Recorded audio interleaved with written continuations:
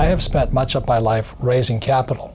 Today you have crowdfunding and all that stuff. But the reason I had to learn to raise money was because I had no money. And so if you read Rich Dad, Poor Dad, in there, my rich dad always said, never say, I can't afford it. And it was my rich dad and many of my teachers subsequent to that. They said, lazy people always say, I can't afford it. I don't have the money. That's why they're poor. They have a poor mindset. So instead of figuring out how to raise money, it's just really easy to be a loser. And I call it losers. It pisses them off. Because we all have the power, if we wanted to not be poor if we learned how to raise money. My poor dad, my PhD father, he always said to me, he says, I'd be a rich man if I didn't have you kids. And I said, well, Dad, not my fault you had kids. I just can't afford it because I have kids. And the more he said that, the angrier I got. So when I met my rich dad at age 9, he says, well, that's why your old man's poor, because he's lazy. He thinks his PhD is going to carry him. But my father kept going back to school, Stanford, University of Chicago, Northwestern.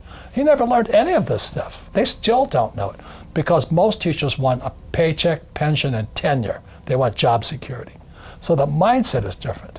And that's what they teach the kids. So the reason I say only lazy people use their own money is because it takes much more intelligence to raise capital. And so I've never been able, ever since my rich dad, since a little boy, my rich dad forbade me from ever saying, I can't afford it. He says, figure out how you can afford it. How can you do something? Figure out how you can do something. So over my lifetime, most of the projects I've started, I've never had any money. I like not having money because it forces me to think. I get creative. I have to educate myself. I have to talk to rich guys.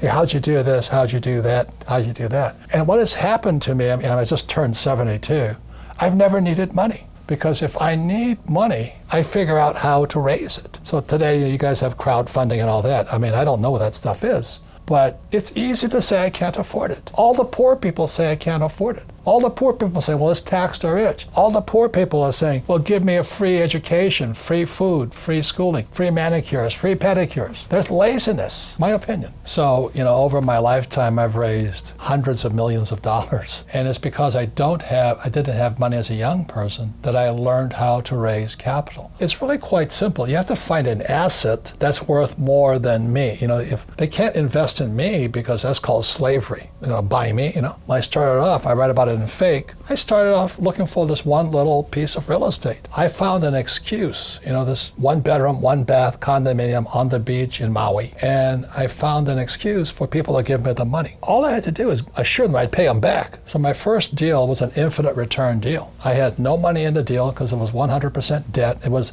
an $18,000 condo. You can't touch them for that much anymore. But the economy was bad. So I buy this $18,000 condo. The guy wanted 10% down. You don't need higher math. 10% of $18,000 is how much, sports fans? $1,800. I could have used my money. I had the money, but that would be too easy. Only lazy people use their own money.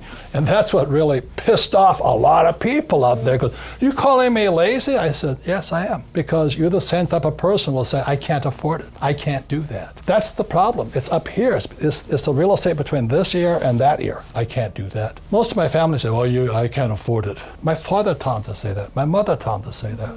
My rich dad would never say that. Let me ask you this question. You work for the Rich Dad company. How much of my money is in this company? Zero. So I was doing very well here. This was 1973. I started buying my first deal, and that was an $18,000 deal. $1,800 down, $25 a month, cash flow. That was infinite. So I kept doing that. I had a lot of property, and then I decided I'd go here. So my first business was a nylon and Velcro surfer wallet business, and it didn't sell. Everybody knows what those wallets are today, but back then, this is 1974 or 5, they didn't know what the wallets were. So we were going broke really fast.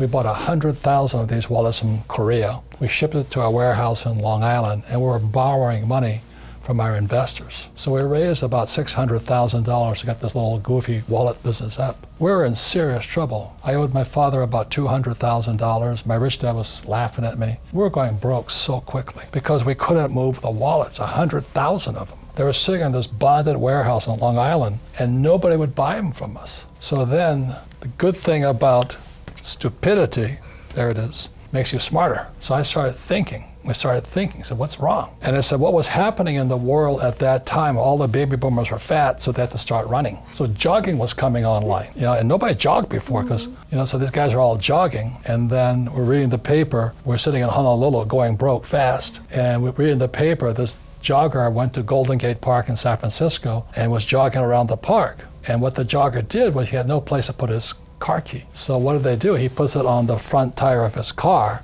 and goes for a jog around the park. So we're reading this newspaper, and voila, when he comes back to his car, the car wasn't there. Oh gosh. So the guy says, they stole my car. Oh my goodness. And so the question was, on the headline of the newspaper article, what does a jogger do with their key? And so we sat there and said, oh my God, a problem. So with that, I designed the shoe pocket, and you can see this picture right here. It's Playboy magazine. I mean, she's a nice looking young model with nothing on but a shoe pocket. But anyway, so we were going broke so fast by then, but when that picture hit Playboy, suddenly we were geniuses. And everybody started throwing their money at us. And all these products, our wallets were selling, our shoe pockets were selling, investors were happy, and the sales went through the roof. So we were extremely successful. So we went from risk, stupid, smarter, successful. But the problem is how do we finance our inventory? Because the demand was worldwide, and we couldn't keep up with demand. So I borrowed another $100,000, and I went to my CPA, my CFO, Stanley. So I said, Stanley, will this $100,000 solve our inventory problem? He goes, yes, it will. So I gave Stanley the check, and he ran off with it. Oh my goodness. I had no signed documentation I turned it over to. He said I owed him the money. So that was one of my first, six-figure, seven-figure mistakes. Well, number one is invest in what you love. I love business. I love real estate. I mean, I really love it. I own this building here.